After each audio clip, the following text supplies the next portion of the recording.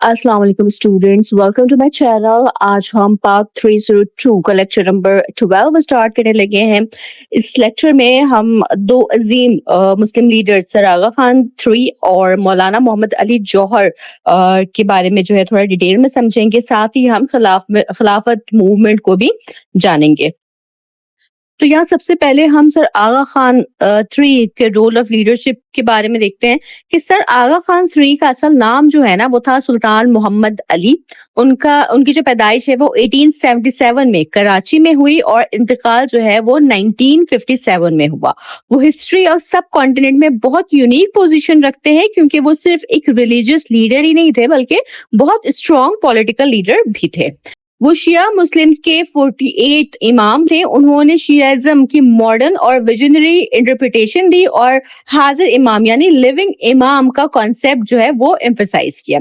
उनकी लीडरशिप को मुस्लिम रिनेसेंस का सेकंड फेज भी कहा जाता है जो सर सैयद अहमद खान के मिशन का कंटिन्यूएशन था। आगा खान III की पर्सनालिटी में रिलीजियस और पॉलिटिकल दोनों क्वालिटीज थी। यूरोप में भी उन्हें बहुत रिस्पेक्ट मिलती थी। क्वीन विक्टोरिया ने उन्हें हिज हाइनेस और प्रिंस के टाइटल्स दिए थे। इसी वजह से उनका इन्फ्लुएंस जो है वो यूरोप, एशिया और अफ्रीका तीनों कॉन्टिनेंट्स तक फैला हुआ था। ठीक है, उन्होंने सब कॉन्टिनेंट के मुस्लिम्स के रिलीजियस, पॉलिटिकल और इकोनॉमिक इश्यूज को डीपली एड्रेस किया और 20th सेंचुरी तक मुस्लिम अफेयर्स का इन्फ्लुएंस करते रहे। सर आगा खान III मुस्लिम यूनिटी के जो है वो बहुत बड़े सपोर्टर थे। वो चाहते थे कि मुस्लिम्स के अंदर सेक्टेरियन डिविजन्स कम हो और सब एक प्लेटफॉर्म पर आ जाए। हालांकि वो खुद शिया मुस्लिम थे लेकिन उन्होंने चारों खुलफाए राशिदीन का इक्वल रिस्पेक्ट किया और सुन्नी शिया गैप को कम करने की पूरी कोशिश की। उनका बिलीव था कि इस्लाम यूनिवर्सल रिलीजन है और सेक्टेरियन इंटॉलरेंस इस्लाम के अगेंस्ट है। वो मुस्लिम्स को मॉडर्न एजुकेशन की तरफ भी एनकरेज करते थे। उनका कहना था कि मुस्लिम्स को वेस्टर्न एजुकेशन और मॉडर्न वैल्यूज अडॉप्ट करनी चाहिए ताकि मटीरियल प्रोग्रेस हो सके लेकिन साथ ही इस्लामिक प्रिंसिपल्स को भी प्रिजर्व रखे जाए। उन्होंने हायर एजुकेशन के लिए बहुत स्ट्रगल की और इसी मिशन के अंदर MAO college Aligarh MAO college of Aligarh जो है उसको आगे डेवलप करने में इंपॉर्टेंट रोल जो है वो प्ले किया जो बाद में अलीगढ़ मुस्लिम यूनिवर्सिटी बना। पॉलिटिकल रिप्रेजेंटेशन और इंडियन काउंसिल एक्ट को देखते हैं कि सर आगा खान III पॉलिटिकल रिप्रेजेंटेशन के इशू पर भी बहुत एक्टिव थे। इंडियन काउंसिल एक्ट 1892 ने इलेक्टिव रिप्रेजेंटेशन का प्रिंसिपल इंट्रोड्यूस किया और बाद में ये सिस्टम 1906 में और एक्सटेंड हुआ। आगा खान III वाइसरॉयज काउंसिल के मेंबर भी थे और उन्होंने मुस्लिम्स के लिए स्ट्रांगली डिमांड की कि काउंसिल में उन्हें 1/3 रिप्रेजेंटेशन जो है वो मिलनी चाहिए। उस वक्त हिंदू मुस्लिम टेंशन जो है वो बहुत बढ़ी हुई थी। मुस्लिम्स को डर था कि अगर हिंदू मेजॉरिटी डोमिनेंट हो गई तो मुसलमानों के राइट्स जो हैं वो इग्नोर हो जाएंगे। इसीलिए सर आगा खान III ने सेपरेट मुस्लिम इलेक्टोरेट को सपोर्ट किया। आगा खान III की पॉलिटिकल रोल जो है वो भी बहुत इंपॉर्टेंट है। उसका एक इंपॉर्टेंट इवेंट है 1906 का सिमला डेपुटेशन। बैकग्राउंड उसका ये था कि पार्टीशन ऑफ बंगाल के बाद हिंदू जो है उन्होंने स्ट्रॉन्ग एगिटेशन स्टार्ट कर दी थी।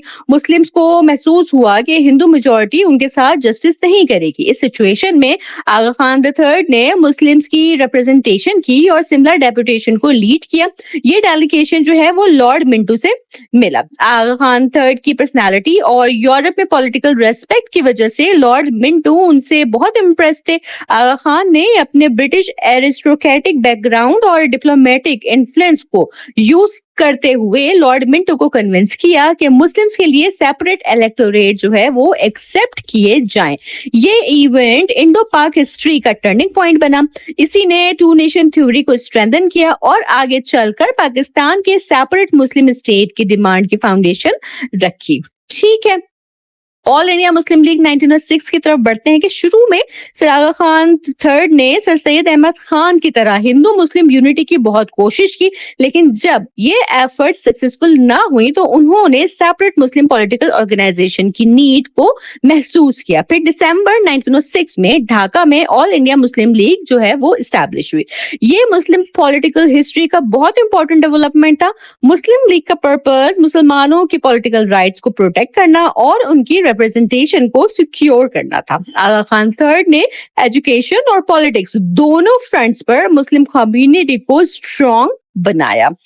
ठीक है जी, इसके बाद जो है हम दूसरे बहुत इंपॉर्टेंट लीडर मौलाना मोहम्मद अली जौहर के बारे में पढ़ते हैं। मौलाना जौहर पाकिस्तान की हिस्ट्री के प्रोमिनेंट लीडर्स में से एक हैं और उनका नाम स्पेशली खिलाफत मूवमेंट के साथ जुड़ा हुआ है। उनकी लीडरशिप का यूनिक एस्पेक्ट ये था कि उन्होंने पॉलिटिक्स को सिर्फ एलीट क्लास तक लिमिटेड नहीं रखा, बल्कि कॉमन मुस्लिम्स और मासेस को भी पॉलिटिकल और सोशल मूवमेंट्स में एक्टिवली इन्वॉल्व किया। उन्होंने मुसलमानों को प्रैक्टिकल पॉलिटिक्स में पार्टिसिपेट करना सिखाया और उनकी लीडरशिप ने मुस्लिम पॉलिटिकल अवेयरनेस को बहुत स्ट्रॉन्ग किया।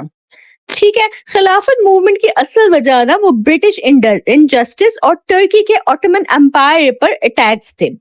पहली जो फर्स्ट वॉर थी उसके दौरान तुर्की जर्मनी के साथ था और ब्रिटेन के ऑपोजिट साइड पर था। इंडियन मुस्लिम्स तुर्की के मुसलमानों को अपना भाई समझते थे और खुद को एक यूनाइटेड मुस्लिम उम्मा का पार्ट मानते थे।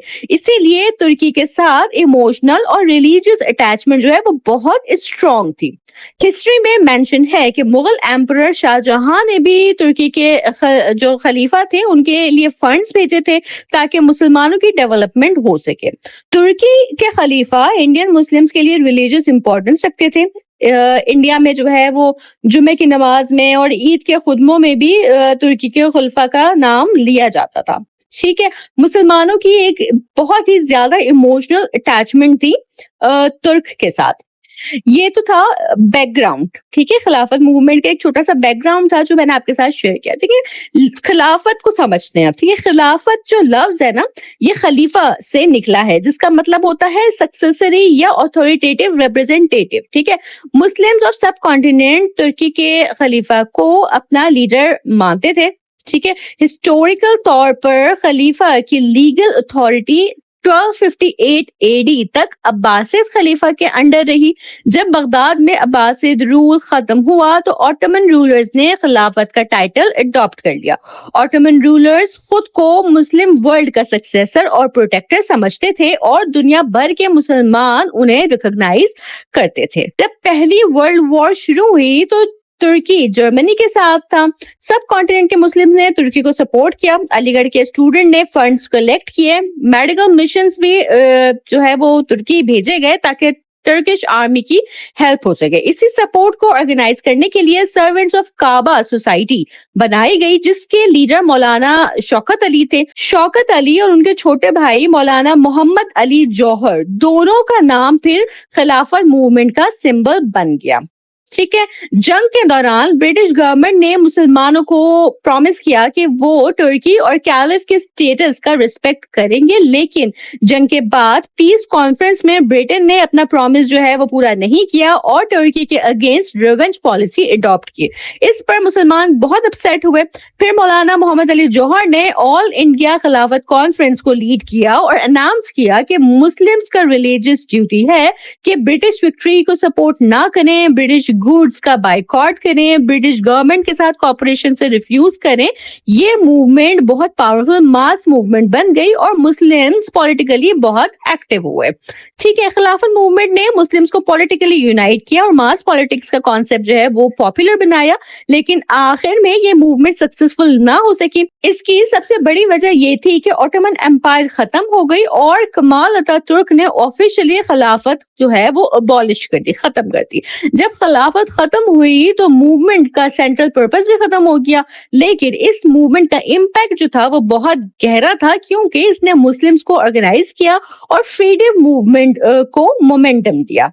तो देखिए, अगर इस लेक्चर को यानी इस लेक्चर 12 को हम समराइज करें तो सर आगा खान थर्ड और मौलाना मोहम्मद अली जौहर दोनों ने मुस्लिम हिस्ट्री ऑफ सब कॉन्टिनेंट में बहुत पावरफुल रोल प्ले किया। सर आगा खान थर्ड ने मुस्लिम यूनिटी, एजुकेशन और पॉलिटिकल रिप्रेजेंटेशन को स्ट्रॉन्ग किया। सिमिलर डेपुटेशन 1906, सेपरेट इलेक्टोरेट्स और ऑल इंडिया मुस्लिम लीग में उनका रोल जो है वो बहुत इंपॉर्टेंट था।